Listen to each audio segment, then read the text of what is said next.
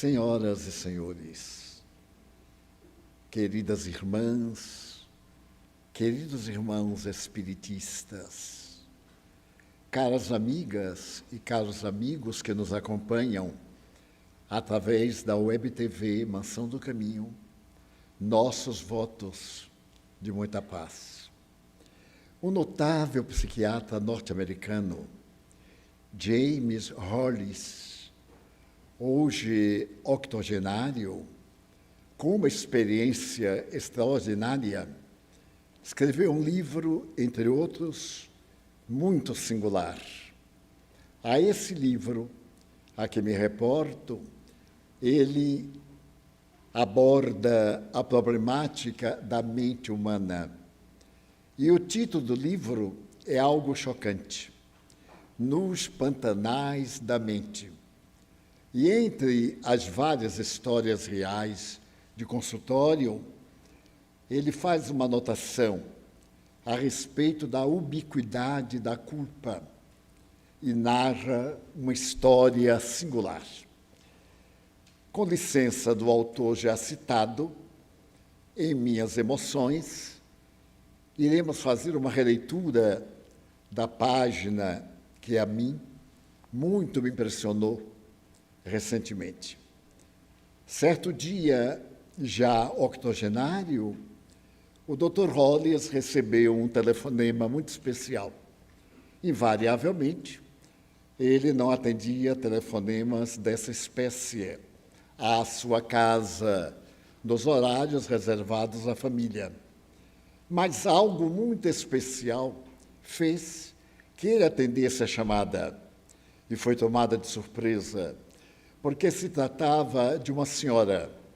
Ela dizia ter mais ou menos 70 anos, falava o inglês da América do Norte muito bem, com um sotaque algo especial da Europa Central. E dizia o seguinte: desejo manter com o senhor uma entrevista sui generis por 2 horas. Eu sei que a sua agenda é superlotada e normalmente com vários meses de antecedência. Porém, eu espero que o senhor me possa atender com alguma urgência. O senhor vai ter o paciente mais singular que jamais passou pelo seu gabinete. Ele achou interessante, materialista confesso, acostumado às problemáticas humanas. Ele perguntou: mas o de que se trata? Ela disse: é uma consulta comigo. E é singular porque eu lhe vou pagar 2 horas. E lhe peço, por favor, que não me faça nenhuma pergunta. Eu irei expor-lhe um caso e, ao terminar o caso, também não desejo ouvir do senhor nenhuma palavra. É uma catarse de que eu tenho muita necessidade. Aquilo era muito especial, porque a função do psiquiatra, do psicanalista, é exatamente a de saber conduzir o paciente aos objetivos da atividade médica. E ele, não saber por quê, concordou e disse: mas eu teria alguma forma de conhecê-la? Como não? Eu estou falando aqui de Detroit, nos Estados Unidos, e lhe mandei hoje mesmo uma fotografia de uma fotografia. Você vai notar que é uma fotografia muito mal tirada, porque ela é a cópia de uma fotografia de jornal de março de 1942. Ele não saberia explicar a emoção de que se sentiu possuído. E depois de acertar os detalhes, ele marcou para 5 dias após aquele momento. Foi deitar-se, como de hábito, mas a voz daquela paciente continuou retinindo do seu ouvido: eu lhe vou falar por 2 horas. Ao terminar, não desejo que o senhor diga nada. Era algo realmente especial. Por fim, 3 dias após, ele recebeu no envelope, muito bem cuidado, uma fotografia. Era uma fotografia mal feita. era, naturalmente, o seu original, o antigo colocado em alguma obra da qual foi retirada a nova fotografia. E ele olhou-a detidamente. Na fotografia estava uma jovem de 32 anos, com duas crianças que conseguiu afastá-las, ou que alguém as afastou. Uma delas continuava segurando a sua saia. Era uma saia de tecido barato e ela mesma estava vestida de uma forma modesta. A outra criança estava no seu braço, deveria ter 4 anos. A que estava de pé deveria ter uns 6 anos. Mas a de 4 anos chorava e agarrava-se, como se estivesse prevendo uma coisa muito desagradável. E aquela senhora, que deveria ser a sua mãe, estava assustada, olhando. Era uma fotografia muito especial. Havia sido arrancada de um livro e logo abaixo ela havia copiado o início da frase. Uma mãe, no crematório de Majdanek, uma cidade da Polônia, antes de entrar na câmara de gás. Ele achou aquilo muito curioso. O que tinha a ver essa paciente, que deve ter morrido fazia tantos anos, com o que a outra lhe mandava dizer. Então a ideia de suspeita ficou-lhe como sendo uma martelada na curiosidade do investigador. 2 dias depois, veio a paciente. Era uma senhora de 70 anos, muito bem posta, muito bem vestida, mas havia qualquer coisa de singular na sua face. Havia sido uma jovem muito bonita, guardava os traços de uma pele castigada que cobria os ossos do rosto. Mas no seu olhar havia algo de misterioso, de insondável. E ele então ficou olhando-a quando ela disse: Ilse, eu sou de origem polonesa e tenho 72 anos. Ele quase ficou mudo pela forma como se apresentou a paciente. Apontou-lhe uma cadeira e ela lhe disse: está disposto a me ouvir por 2 horas? Pois não. Eu já paguei na entrada e promete não interferir? Talvez me possa fazer uma ou outra pergunta, mas não pode interferir no meu relato. E não quero nem compaixão, nem misericórdia, nem orientação, porque eu sei exatamente o que eu devo fazer. Era algo surpreendente. Olhou-a e ela disse: foi uma sexta-feira do ano de 1942. Eu sou polonesa e morava muito perto de Varsóvia. Naquela sexta-feira, já estávamos no fim da guerra. Bom, em verdade, estávamos no meio. E Varsóvia, como toda a Polônia, estava submetida à Alemanha. O nazismo tomara conta de nosso país e as perseguições aos judeus eram terríveis. Eu não sou judia, sou polonesa. A minha é uma família muito nobre. Basta dizer que várias cidades prestaram homenagem a meu pai, que foi médico humanitário. Muito bom. E mesmo na cidade em que eu morava, algumas ruas tinham-lhe o nome e de pessoas da nossa família. Mas não sei por que naquela sexta-feira eu resolvi ir ao centro da cidade. Visitar Varsóvia, ir ao mercado, fazer uma compra. E me dei conta depois que era o dia que os judeus resolviam ir ao mercado, porque logo mais à tarde, às 18 horas, começava o Shabat, aquela reserva do judeu, até o outro dia, às 18 horas. E realmente a praça estava tumultuada. Eu me encontrava fazendo ligeira compra, sem muita importância, quando me dei conta de que a saída da rua, da praça, estava bloqueada por um tanque nazista. Aquilo não era habitual. Eu olhei para distante e percebi também que estava impedida a saída. Nesse momento, saltaram os nazistas e começaram a aprender indistintamente. As pessoas gritavam, eu não sou judia, eu sou cristã, e para provar rezavam o Pai Nosso. Mas os guardas sabiam que aquilo era uma forma de escapismo. Batiam-lhes, usavam cacetete, soco. Havia na mão de muitos deles aquele grampo inglês que faz os dedos ficarem cobertos de ferro. Quando eles me prenderam, eu disse, alto lá, eu sou polonesa e nos meus antecedentes não há ninguém judeu. Basta dizer que essa praça é uma homenagem a meu pai, que foi um médico humanitário. E o soldado falou sorrindo e cínico depois de me dar uma bordoada. Todo mundo aqui é cristão, não tem nenhum judeu. E a praça está cheia de quê? De quem? E me pegou a pulso e eu temi pelos resultados, porque estava perto um camburão negro e ele me jogou como a muitos ali dentro. E fomos transferidos imediatamente para a rodoviária, na qual estão os grandes trens de comunicação com toda a Europa. E quando eu menos esperava, fui jogada no vagão, que estava superlotado. Crianças, idosos, doentes, miseráveis. E eu dizia, mas eu sou polonesa, os meus documentos... Ninguém dava importância. O odor daquele vagão era insuportável. E começou uma viagem na direção do desconhecido.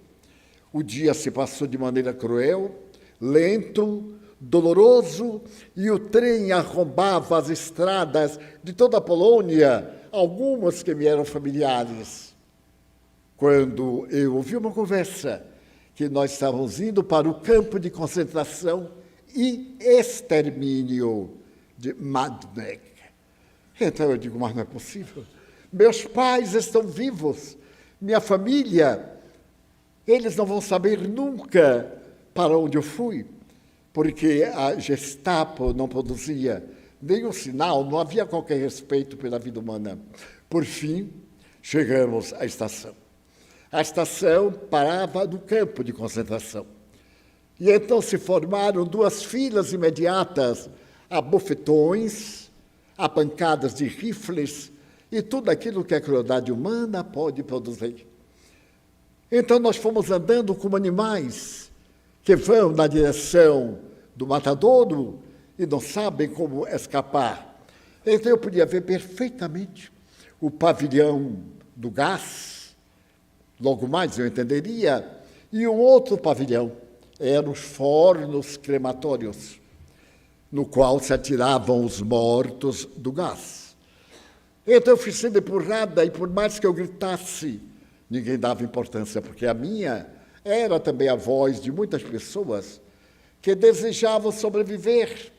Por fim, um guarda me disse, eu sei que você não é judia, pela forma de falar, pelo dialeto, mas agora é tarde demais, porque você viu o que não devia ver. A nossa técnica, por enquanto, ainda não está pública, e se nós a liberarmos, você não pode sair daqui. Chegamos perto daquele lugar horrível. As pessoas eram separadas inclementes, os idosos, os doentes, as mulheres, as crianças à esquerda. À direita, pessoas maiores de 16 anos, de ambos os sexos. Mas pessoas ainda fortes, que podiam ser usadas no trabalho forçado. E à minha frente estava essa mulher da fotografia. Ela me olhou de uma maneira assustada, com as duas crianças nas mãos. E naquele momento ela foi separada das crianças. Um guarda arrancou-a e ela me olhou de uma forma inesquecível e empurrou a criança pequena que se bateu nas minhas pernas e segurou. Eu fui separada para o lado direito. E apesar do infortúnio, eu senti uma alegria imensa. Eu ia viver. É claro que ia morrer de trabalhar, mas pelo menos não ia morrer naquela hora. E nada melhor do que a vida. Era exatamente o que se me desenhava. A criança ia ser arrebatada do guarda e provavelmente ele ia me agarrar também e jogar no forno. Eu, então, afastei-a de mim, nervosa, e fui poupada. Mas a criança ainda olhou para trás quando foi jogada dentro da sala de gás. Sobrevivi à guerra. E quando acabou a guerra, a minha família, ninguém sabe de família nessa hora, mas eu consegui descobrir que alguns parentes meus viajaram aos Estados Unidos, Paraná, e que alguns familiares muito próximos vieram exatamente para o estado em que me encontro. Vieram para a cidade de Detroit. E então eu consegui licença, viajei e tentei esquecer. Coloquei na mente que eu não podia lembrar. E, de fato, esqueci-me, curiosamente. Procurei outros objetivos existenciais, uma razão para viver. Ninguém pode viver sem ter uma meta. Quando não se tem um objetivo, uma vida vazia, qual é o sentido da vida afinal? Nós somos apenas um animal dos 3 instintos primários, comer, dormir, fazer sexo. Não, não. E esse é o impositivo instintivo. Nós temos emoções. E o que nos invalida e atormenta são as emoções. Não são os instintos. Os instintos nós aplacamos rápido. E trabalhei em bibliotecas públicas. Algo recentemente, eu estava na biblioteca municipal e não sei porquê, me aproximei de uma estante onde estavam várias obras, jornais da Segunda Guerra Mundial. Aproximei-me de uma estante qualquer, abri, porque era envidraçada, e puxei um livro.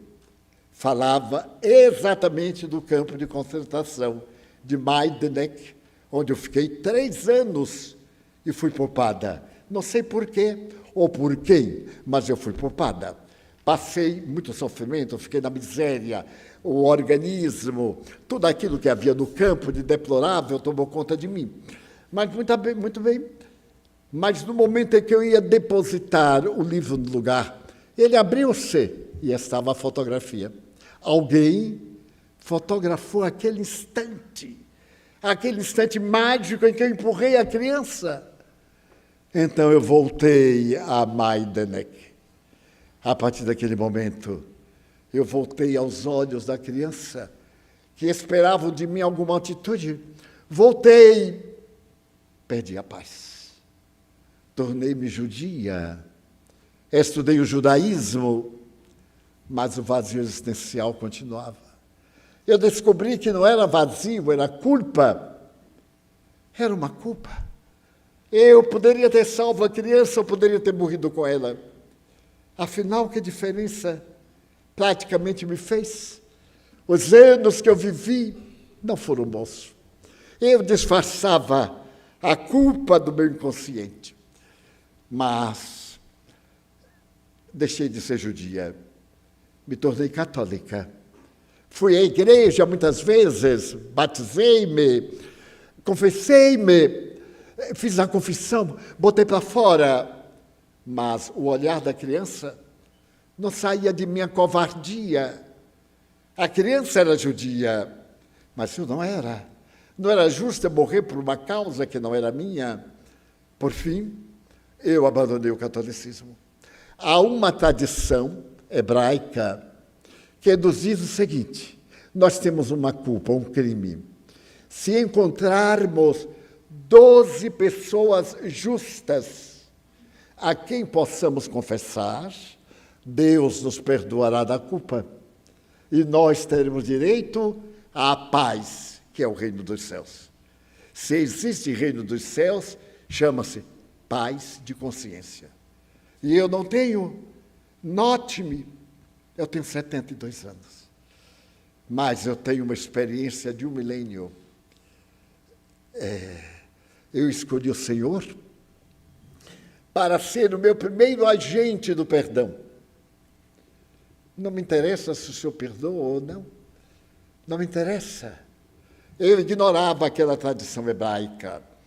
Ela me olhou e disse que havia terminado.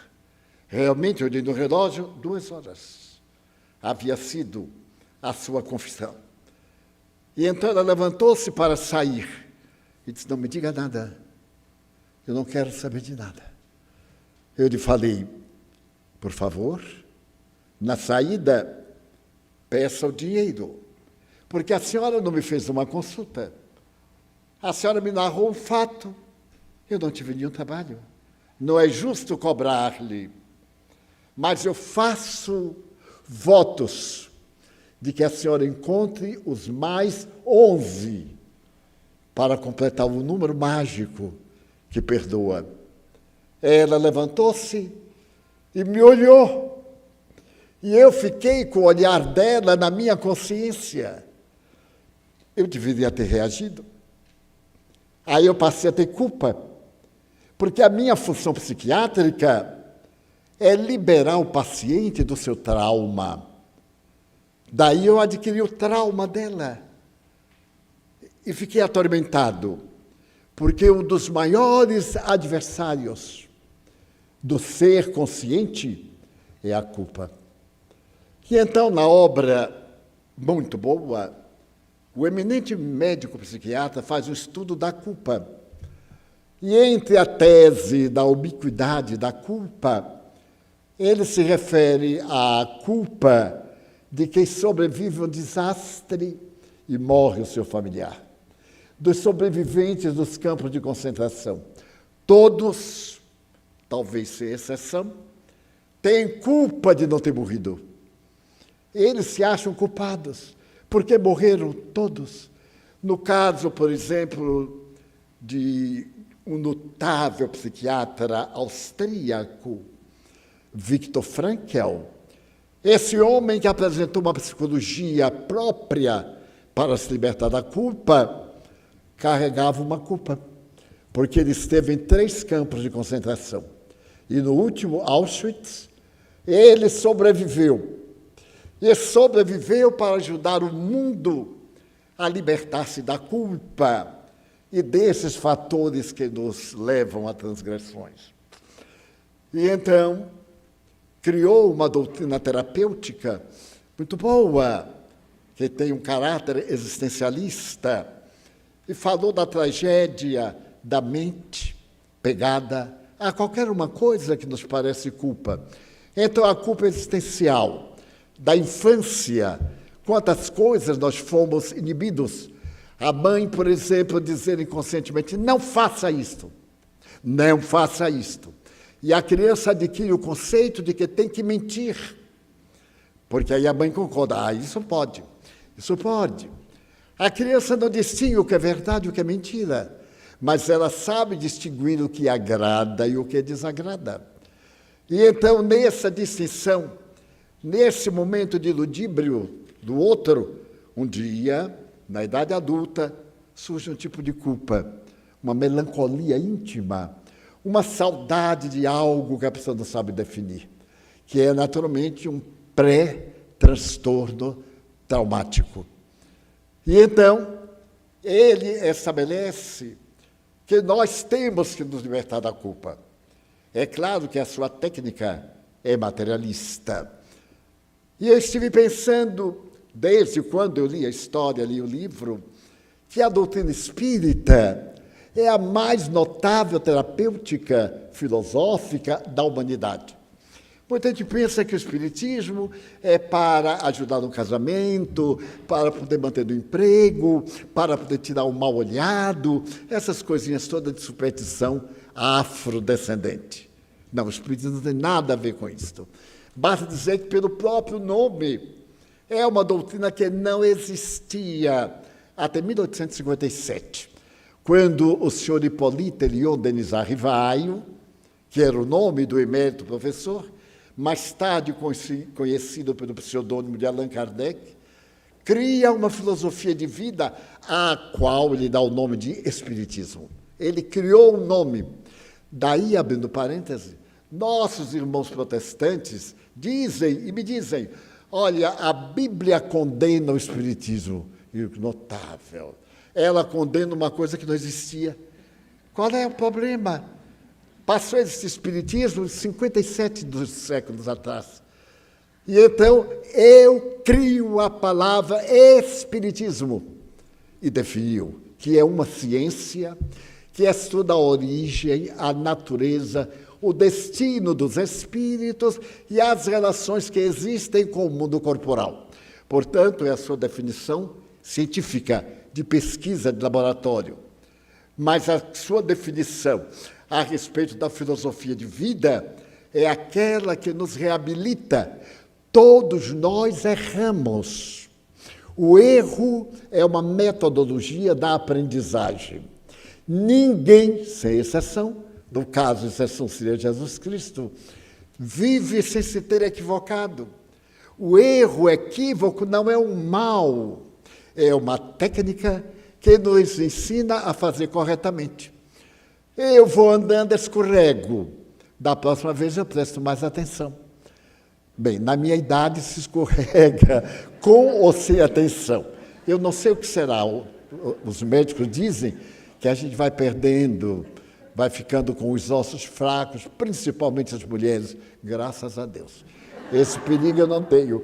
E em breve a gente está nessa exigência da organização humana. O Espiritismo nos diz, você é não apenas o que faz, mas o que pensa. Você é a máquina, mas o ator, o agente, é a psique. Chame de consciência, de espírito, alma, que importa?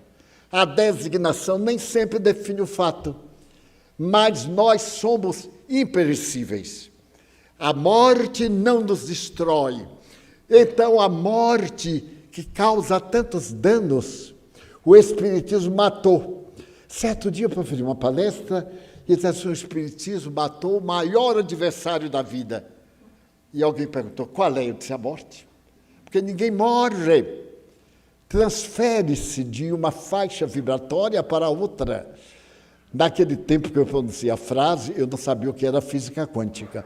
Também continuo sem saber. Mas, apesar de tudo, sempre a gente tem uma noção e etc. Graças à física quântica, tudo aquilo em que nós acreditamos não é conforme nós acreditamos. É conforme os átomos nos apresentam. Se eu disser que esse microfone tem uma haste, é o que eu estou vendo pelo capricho dos átomos. Mas, em verdade, não é assim. É bem difícil da gente entender o que não deve entender. Daí a física quântica, tenho dito várias vezes, é a física das probabilidades. Ninguém pode jamais dizer, por definitivo, essa mesa, a vida não existe. Calma, não é assim não. Desde o dia em que Linneu, eu falei aqui na última reunião, apresentou esse slogan, Naturas non saltus facit, a natureza não dá saltos, e que eu descobri mais tarde que não foi Linneu, foi outro filósofo holandês, eu achei a beleza da doutrina espírita, porque o que nós vemos não é realmente conforme nós vemos. Porque aquilo que nós sentimos não é como nós sentimos, é conforme os átomos atuam. Daí, para a nossa existência, há uma filosofia maravilhosa. Por que conservar a culpa? Eu deveria ter feito. Não, não deveria ter feito. Porque você é a emoção daquele momento. E aquele momento, aquelas circunstâncias, contribuíram para você sobreviver. Foi o instinto de sobrevivência da vida que gritou dentro de você. Então você não tem culpa. Você foi guiado por um instinto predominante em nós, que é o da sobrevivência, inclusive dos animais. O animal vem disparado, o cavalo chega no abismo, ele para. Nem sabe que tem um abismo, mas para. O instinto adverte-o. E todos nós, quantos instintos, e nós dizemos assim, eu ia fazer tal coisa, mas de repente, um instinto de conservação da vida. Agora, adornado pela emoção, a lógica, o raciocínio, mas como? A gente não morre? Não. Os átomos, a matéria se decompõe pela falta da energia que lhe constitui o núcleo, ou no átomo, o centro, e as partículas que envolvem esse centro, de um lado como de outro, Mas quando descobrimos que essas 3 partículas do átomo são o universo, e hoje já se constataram 63 partículas dentro do átomo, eu pessoalmente digo assim, toda essa conversa fiada, imagina 63, eu acho que foram 62. Enfim, nós estamos no universo de aparência. Daí o pensador Lao Tse costumava dizer, será que você está morto num corpo que vibra? Ou você está vivo num corpo que está morto? A gente tem dificuldade. Quando temos um pesadelo que acordamos, a primeira coisa é apalpar. Ai, meu Deus, que pesadelo. Quase morri no pesadelo. E que beleza a gente se salva. Eu tenho um amigo que tem um sonho repetitivo. É um problema neurótico. E ele diz, Divaldo, sempre um touro negro. Em psicanálise, o touro, Deus te perdoe. É uma coisa terrível. Eu não defini para ele, eu digo assim, um touro, que coincidência. E então, Divaldo, na hora que ele vai me pegar, eu acordo segurando os chifres do infame. Eu digo, meu filho, e você sabe o que significa? Ele disse, não, graças a Deus, até hoje o touro não matou. Então, mate o touro. Faça uma viagem regressiva. Fique no sono e no sonho até o momento de segurar o touro. Quando segurar o touro, diga no seu inconsciente, isto é imaginação, é um recalque, é um problema sexual, é um transtorno, é o medo da sexualidade. E aí acabou-se o touro. O valentão desaparece, parecendo uma vaca e não mais um touro. Então, procure ver. Isso dá uma força notável. Por exemplo, eu sou de uma família de 13 irmãos. O que nunca faltou lá em casa foi gente. Era um laboratório, tinha de tudo. Desde o irmão gago ao irmão estrábico e etc. Não faltou nada. Então, eu fui criado no laboratório. E minha mãe era uma terapeuta incomum. Nós residíamos num período junto a uma outra senhora que tinha 2 filhos. E um dia eu vi minha mãe conversando com a senhora. A senhora disse assim, dona Ana, eu respeito muito a senhora. Como é que a senhora consegue pegar esses selvagens? Disse que nós éramos selvagens. Veja, senhora mal educada, pega esses selvagens e faz silêncio. Em casa grita um, eu também grito, e eles ganham porque eu fico rouca. Minha mãe disse um milagre.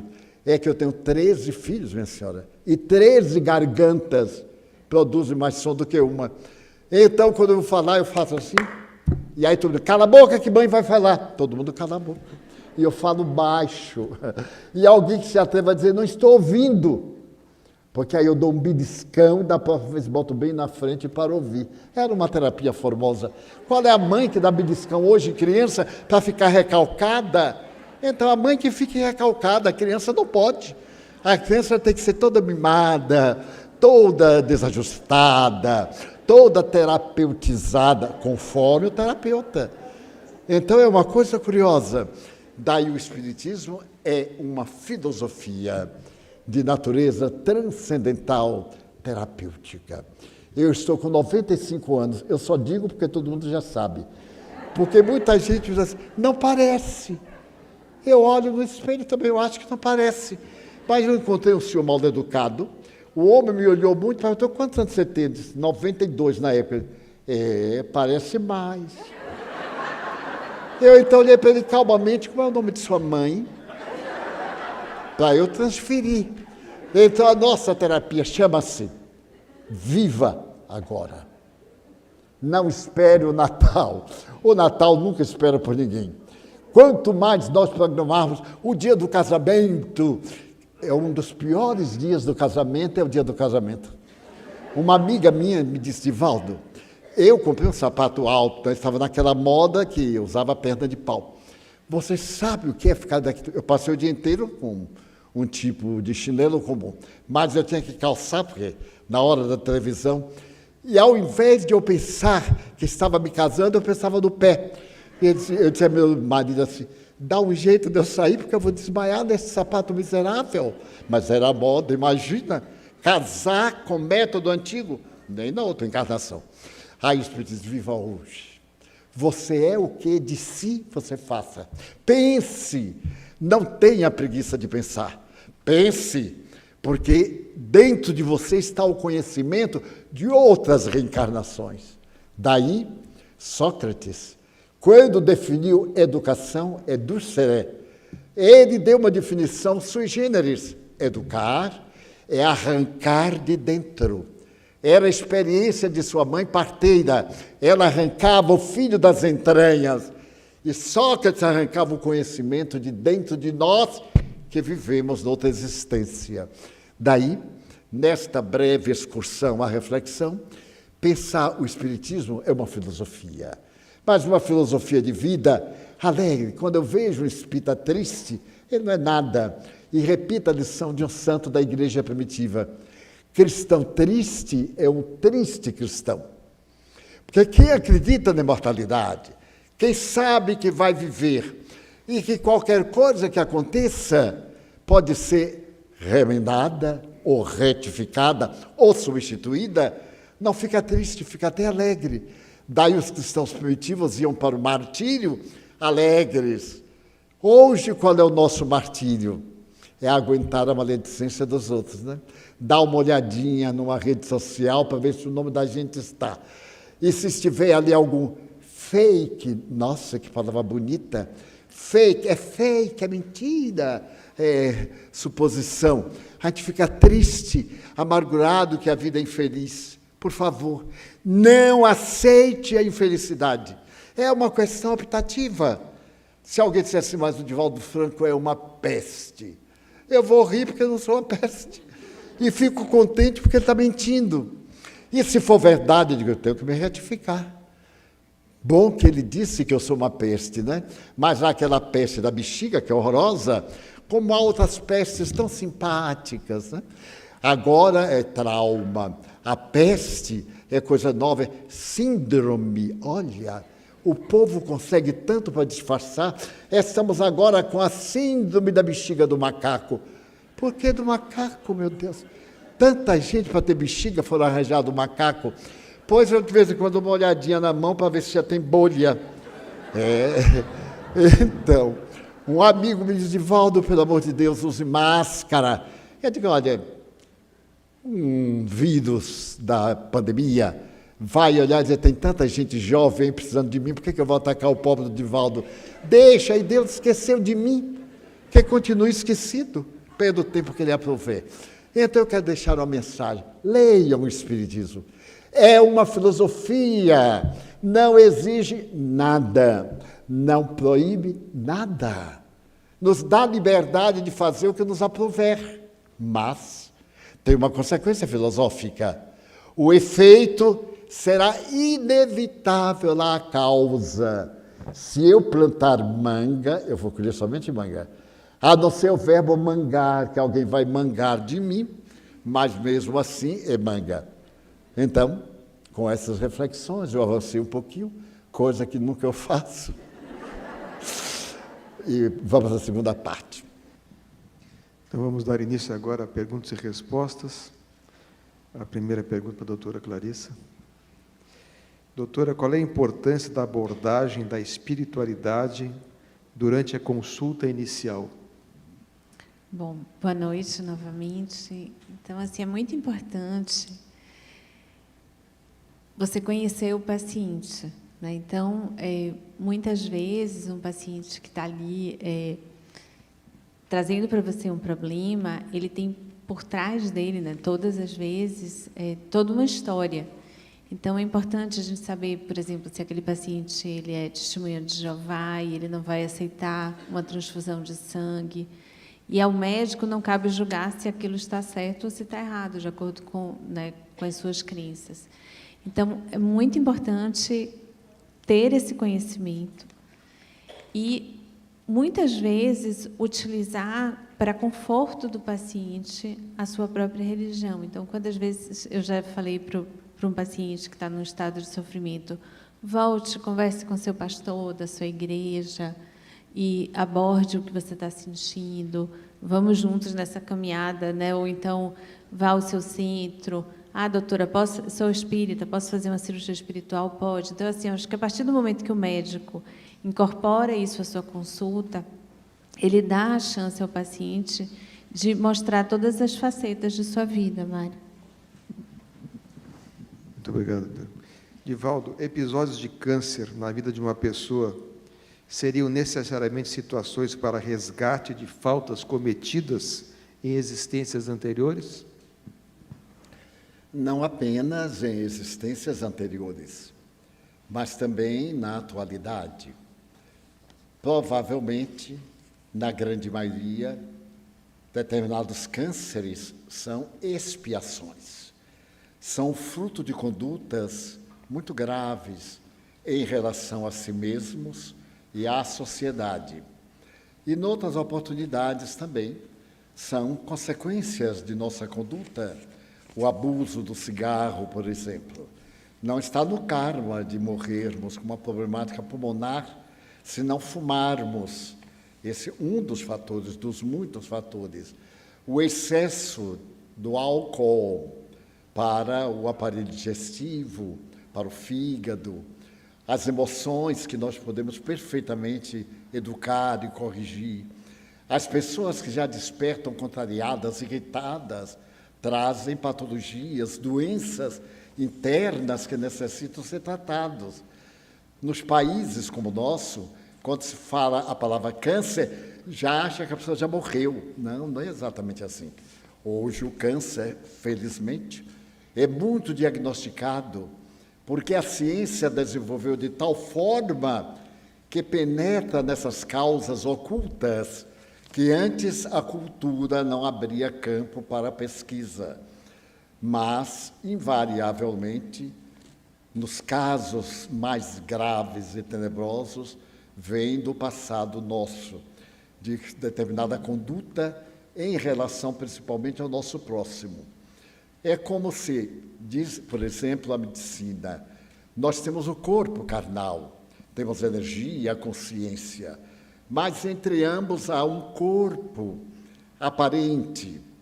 Na Universidade dos Estados Unidos, muito famosa, então, estudiosos da mente perceberam que os neurônios, quando nós temos uma vida equilibrada, mentalmente segura, produzem substâncias favoráveis à saúde, dopamina, serotonina, oxitocina. Mas quando nós procedemos com certos rigores ou desequilíbrios, o mesmo neurônio produz substâncias ácidas, destrutivas, porque essa ação sobre o neurônio é o espírito, é a psique, é o ser que é imortal, transfere de uma vida para outra. Então, se, por exemplo, eu sou um suicida, eu tenho uma irmã que foi suicida, e ingeri uma substância que me arrebatou a vida, eu tenho uma grande tendência de reencarnar-me com um câncer do aparelho digestivo, na língua, na boca ou no pulmão, para aquela asfixia que o fenômeno produziu em nosso organismo, nos matou. Então, é uma doença que tem uma causa ancestral em vida anterior, mas também muitas causas na atualidade. Aliás, eu fico constrangido diante da nossa doutora especialista em oncologia. Eu peço desculpa, é o leigo falando na linguagem espírita. Para nós espíritas, seja ele de ontem ou de hoje, é uma realidade que devemos enfrentar com muita naturalidade. Um dos maiores cancerologistas norte-americanos, o doutor... Aliás, tivemos a oportunidade de fazer um seminário juntos, e ele, que é de Connecticut, de uma universidade muito famosa, ele diz o seguinte: a palavra já produz a piora do paciente. Então, quando é um paciente menos esclarecido, sim, nós usamos uma palavra técnica, que é o mesmo câncer. Ele diz, não, é tal coisa maligna, etc. O doente até fica contente que é maligna. Nada melhor do que a ignorância nesse momento. Mas quando a pessoa é lúcida e dizemos é isso, e ele percebe, já acha que morreu. De forma nenhuma. As possibilidades também hoje de cura são imensas, desde que tratado a tempo. Desde que nós estejamos no currículo existencial de reabilitação. Eu tenho 2 filhos adotivos.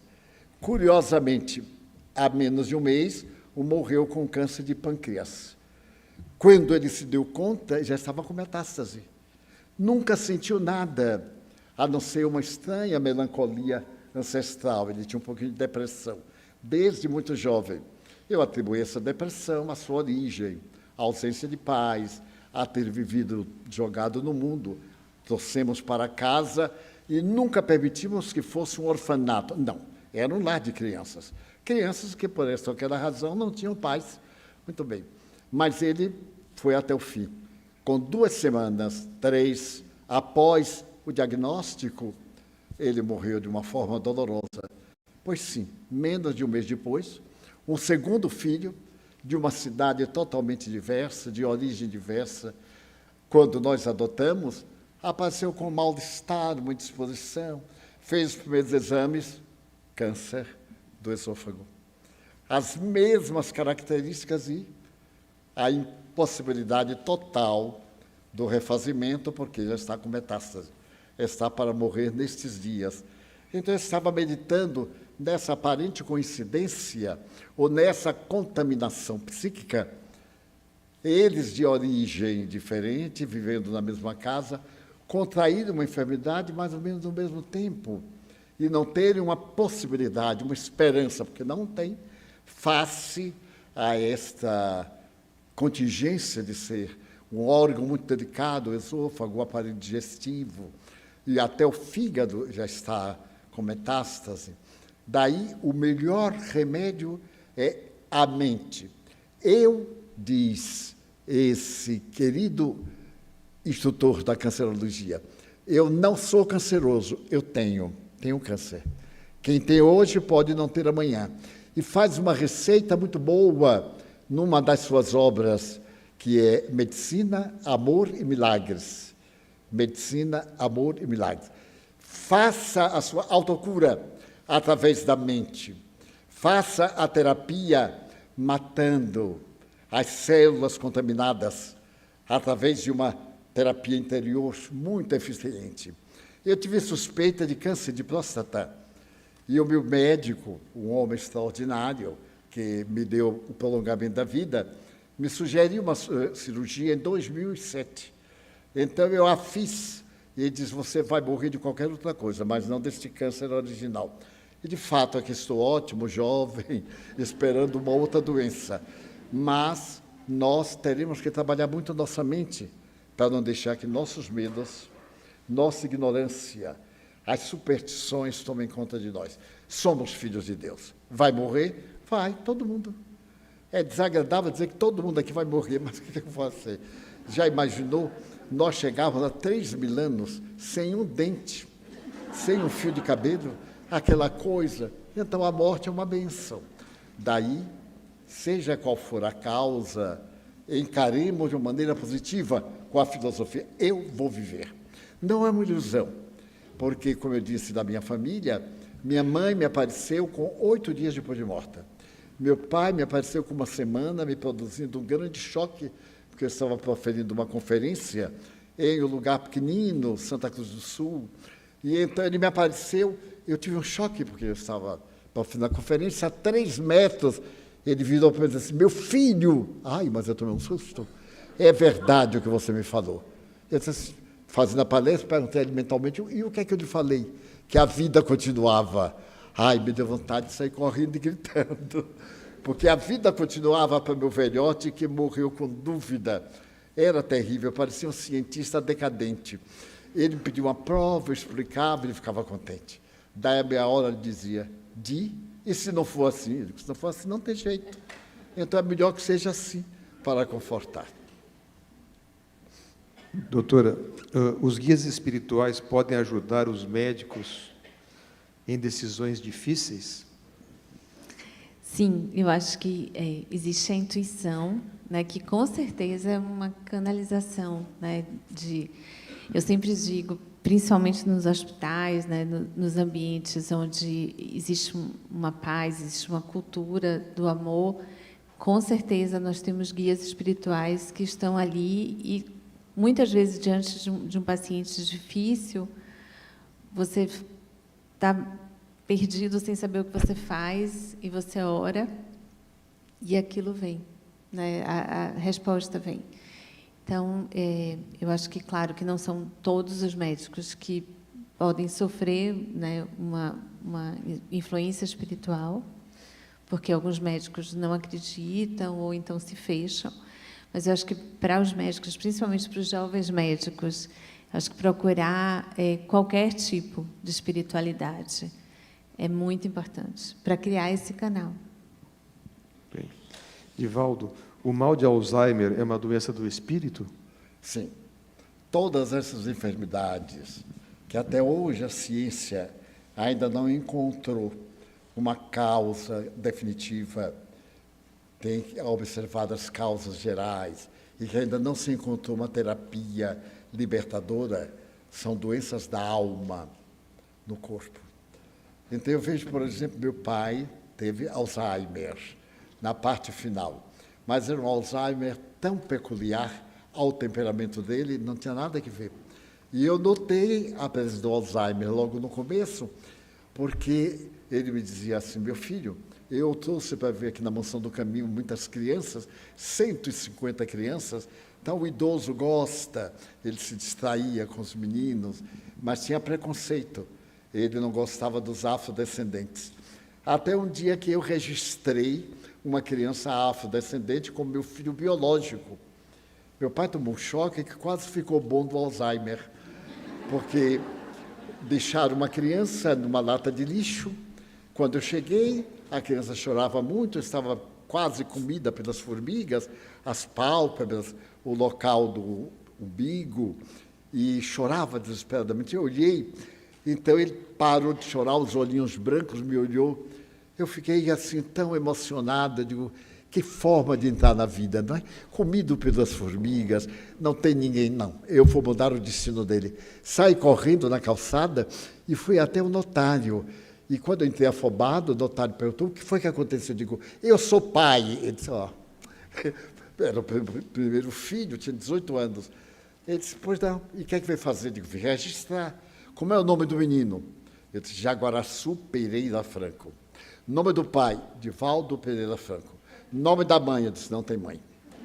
Ele me olhou assim assustado e disse: como é o nome da mãe? Eu disse: não sei. Mas como é que você não sabe? Eu disse: não sei, meu senhor. Mas não sabe como? A mãe pode não saber quem é o pai, mas o pai tem que saber quem é a mãe.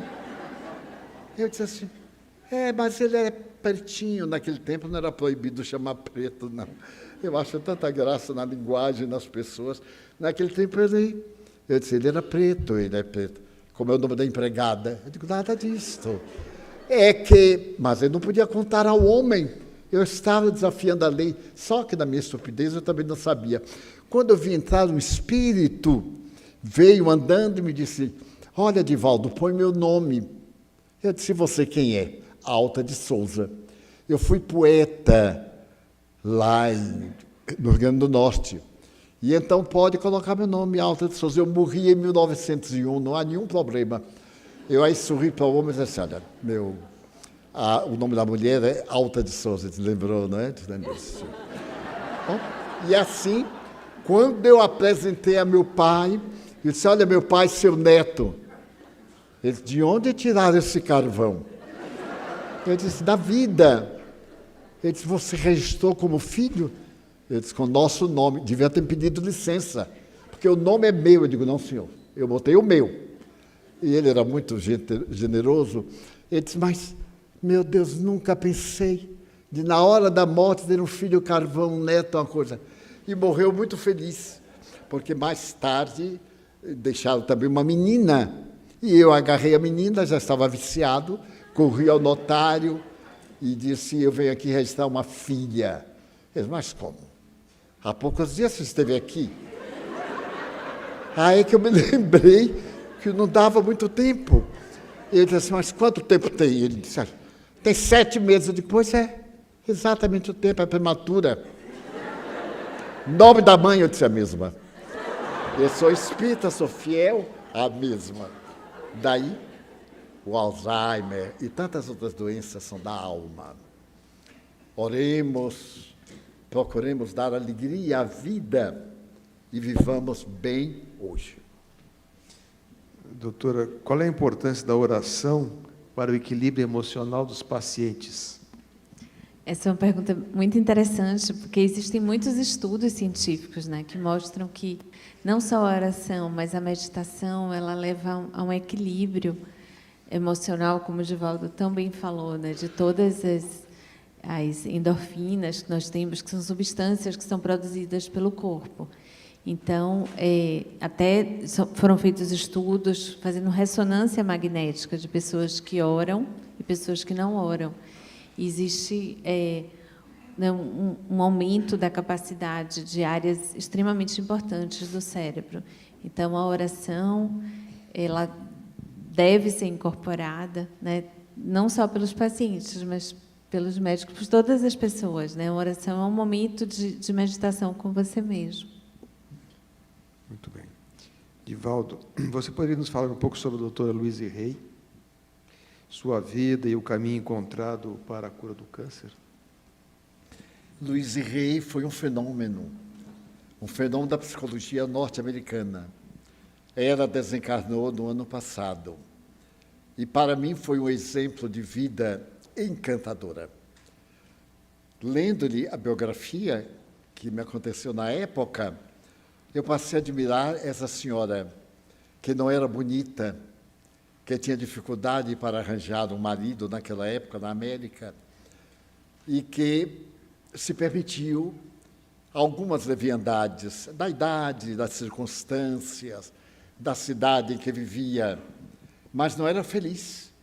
Ela coloca em linguagem americana, ela diz, eu cheguei a ter tudo que a mulher na América precisa, casacos de pele, automóvel, parceiros, ir a festas, estar no teatro, na ópera, mas havia um vazio existencial em mim. E certa feita em Nova York, eu estava na Quinta Avenida e olhei assim para frente, era uma igreja, uma catedral. E então eu entrei na igreja, não tinha vocação religiosa. Entrei na igreja e senti aquela paz que a igreja vazia transmitia, os vitrais. E aí resolvi dar um outro rumo à minha vida. Não importava se não ganhava tanto dinheiro, mas importava se eu conseguisse estar bem comigo mesma. Foi estudar psicologia. E ao estudar psicologia, ela descobriu que o indivíduo é o que de si queira fazer. Tinha muita dificuldade no relacionamento com a mãe. E começou a trabalhar esse relacionamento. Ela disse, minha mãe não é tão ruim quanto eu penso. Eu tenho muita mágoa de minha mãe, que também tem muita mágoa de mim. Nós não acertamos os ponteiros. Mas eu sou psicóloga, eu sou terapeuta. Então eu tenho melhores razões para anular esse conflito com minha mãe. Conseguiu. Comprou uma casa maravilhosa para a sua mãe, uma outra junto a ela, numa praia formosa de Los Angeles. E então ela começou a pensar em como ajudar a humanidade de uma forma correta. E então apresentou uma metodologia, criou uma fundação muito preciosa e deu-nos valor. Seja gente, não tenha vergonha, não viva os padrões que os outros estabelecem. Cada um de nós está no degrau da evolução. Cada um de nós tem emoções próprias. As emoções não são congêneres. Elas podem ter uma aparente origem, mas depende muito do temperamento de cada um. E então, o período dela no mundo foi mais ou menos largo, uns 20 anos de terapeuta, de escritora, recomendando sobretudo o que a doutrina nos diz de uma maneira tão fácil. Ame. Não se preocupe em ser amado. Ame, porque o amor é bom para quem ama. Aqui na instituição, eu sabia quando as meninas arranjavam namorado, e elas ficavam encabuladas. Mas, tio, foi algum espírito que falou? Eu digo, não, foi você que me falou. Mas como eu não lhe disse nada disso, seus olhos estavam brilhantes. É a velha adrenalina, né? Quando a gente está namorando, meu Deus, eu também sou gente, né? Eu me lembro da minha primeira namorada, que eu penteei o cabelo umas 40 vezes, chegava ao espelho para ver. Não deu certo. Não sei se foi para o bem, se foi para o mal. Então, ela foi uma grande colaboradora, e os métodos que ela explicou são todos muito simples, de autovalorização, de respeito à vida e, para a surpresa geral, ninguém morre. No conceito dela, a vida, esse sopro, como chamava Carl Gustav Jung, esse ar de consciência estava presente. E Jung, o pai da psicologia analítica, chega a dizer de uma forma maravilhosa: a consciência sai, toma outro corpo e vive. Nunca vi uma definição de reencarnação tão boa, tão fácil e tão bem acomodada no meio científico em que ele vivia. Doutora, a medicina era muito ligada à espiritualidade. Depois houve um distanciamento. Mas, no momento atual, está ocorrendo uma reaproximação com a publicação de importantes consensos, como os da Sociedade de Cardiologia e de Oncologia. A senhora teria uma visão a respeito desse assunto? Então, isso é muito fascinante, porque, realmente, assim, a religião e a religiosidade e a medicina andaram muito juntas, né, durante muitos anos. E aí, depois, o médico achava que não, que era até piegas você olhar para a espiritualidade. E, há alguns anos, isso vem sendo resgatado de uma forma muito forte. Hoje, nós temos a Associação de Médicos Espíritas, vários médicos que realmente dizem, né, que são espíritas e que são de outras religiões e que fazem um trabalho maravilhoso.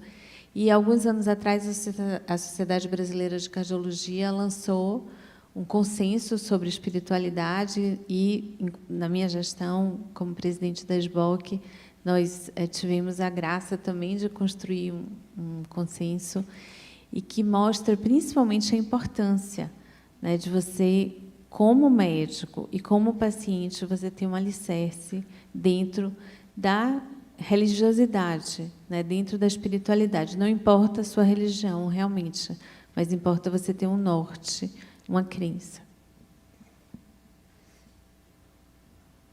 Divaldo, o consumo de medicamentos antidepressivos, ansiolíticos e antipsicóticos interfere nas faculdades mediúnicas?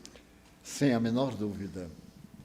Quando os médiums atravessam fases com problemáticas patológicas, principalmente com depressão, esquizofrenia, e recorrem à terapêutica da atualidade, que normalmente são produtos faixas negras, ele deve sustar as atividades mediúnicas.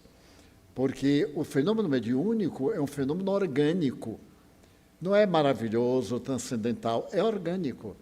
Da mesma forma que nós captamos uma ideia através dessas células especializadas do cérebro, nós captamos as vibrações dos espíritos através da glândula pineal, de outras glândulas endócrinas. Então, o nosso aparelho fica acionado. E se ele está sobre cargas de narcóticos ou de quaisquer produtos que sejam calmantes, isso interfere profundamente. Perturbam, os neurônios passam a produzir substâncias muito variadas e, consequentemente, aturdem e o paciente fica com a mente em desequilíbrio. Vale a pena fazer o tratamento médico, primeiramente, e concomitantemente, o tratamento espírita. Tomar passes, usar água fluidificada, diálogos, fazer a psicoterapia, conversar com pessoas otimistas, ler páginas agradáveis, suaves, não dramáticas, nem vulgares, para poder renovar os estímulos nervosos junto ao cérebro e ele passar a produzir essas coisas fantásticas que são esses produtos nervosos que dão vida à nossa vida. Então, sempre sugerimos aos médiuns que, em tratamento de doenças nervosas, de transtornos emocionais, as reuniões sejam doutrinárias, de formações, não mediúnicas, em que o sistema nervoso está em contato com fontes geradoras de energia diferente. Doutora, a nossa última pergunta, então. qual a importância do respeito médico às crenças ligadas às diferentes religiões? Então, é fundamental que o médico respeite a crença do paciente, porque faz parte da vida daquele paciente. Então, é importante que isso aconteça das duas maneiras, né? Tanto o paciente tem que respeitar a crença do médico, como o médico precisa respeitar para, de novo, incorporar, né, aquela crença ao próprio tratamento, né, como mais uma arma que nós utilizamos. Muito obrigado. Então, nós agradecemos a sua presença aqui e eu solicito que a senhora possa fazer a despedida do público presente e também do grande público que tivemos hoje no YouTube, né? E no Instagram também. Então, por favor. Bom, para mim foi uma grande honra. Uma paciente hoje me falou que ia ser uma das palestras mais importantes da minha vida, e com certeza, porque é uma honra muito grande estar ao lado de uma pessoa tão iluminada, que tanto tem ensinado a nós todos, com a sua humildade, o seu carinho, o seu amor. E realmente eu acho que a gente só tem gratidão. Gratidão a essa pessoa tão especial.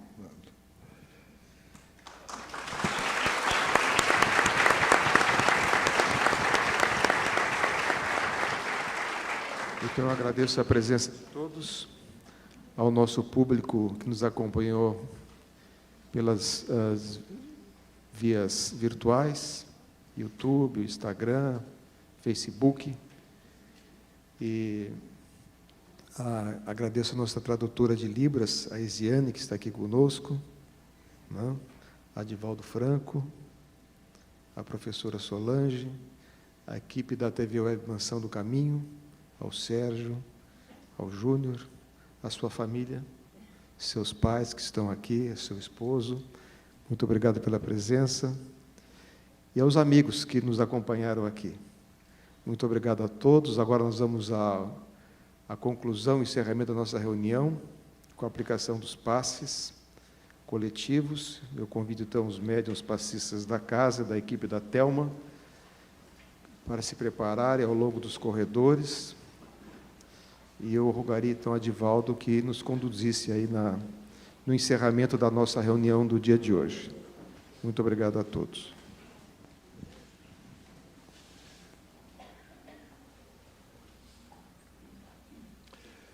Eu peço licença, Mário Sérgio, para dizer que este momento com a doutora Clarice é um momento histórico, porque é a primeira vez que há um encontro dessa natureza. Nós temos a Sociedade Médico Espírita, mas a oportunidade de termos um personagem desse nível entre nós, a experiência da doutora, os seus estudos, a sua folha de serviço ao bem, e vir demonstrar, graças às suas fontes de origens, a excelência da espiritualidade, da oração. Essas práticas que o Espiritismo recomenda, ela dizer-nos de público que são muito positivas, é muito agradável. Agradecemos profundamente o seu espírito de desprendimento, porque no auge da sua carreira, apoiar ideias também científicas em torno de tornar a vida muito melhor. Muito obrigado, doutora.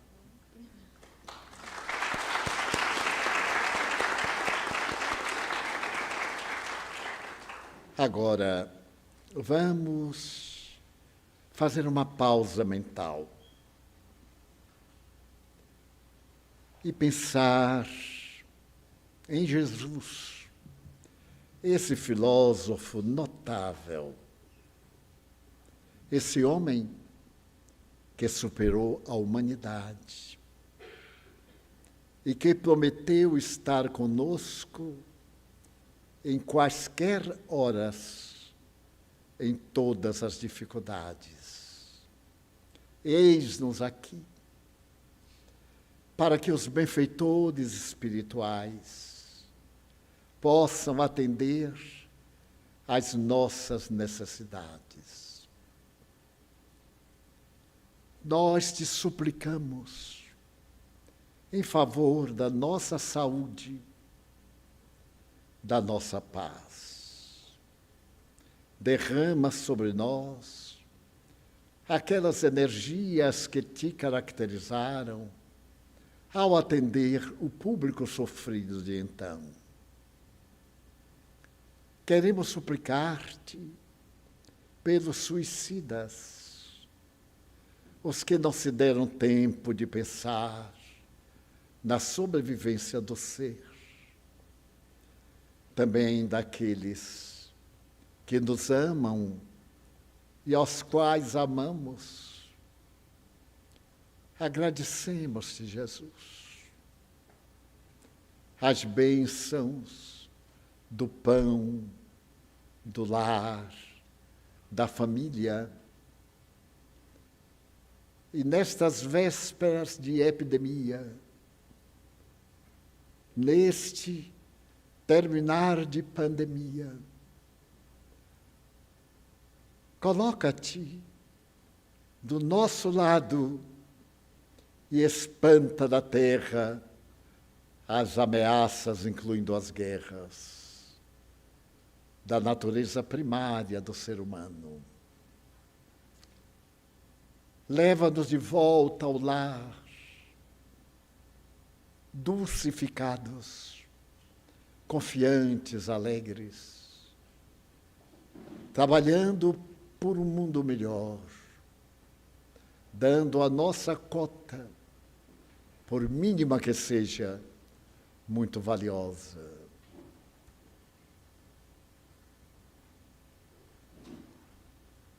E ao te pedir pela paz na terra,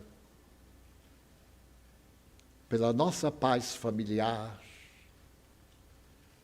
abençoa nossa água para que se transforme, como em Caná, em medicamento para nossos problemas. Agradecemos-te esta noite singular e te pedimos que abençoes a nossa convidada especial e sigas conosco. Assim, portanto, em teu nome, em nome de Deus, de Maria Santíssima e dos Espíritos nobres, encerramos a nossa reunião, desejando paz para todos. Está encerrada nossa reunião.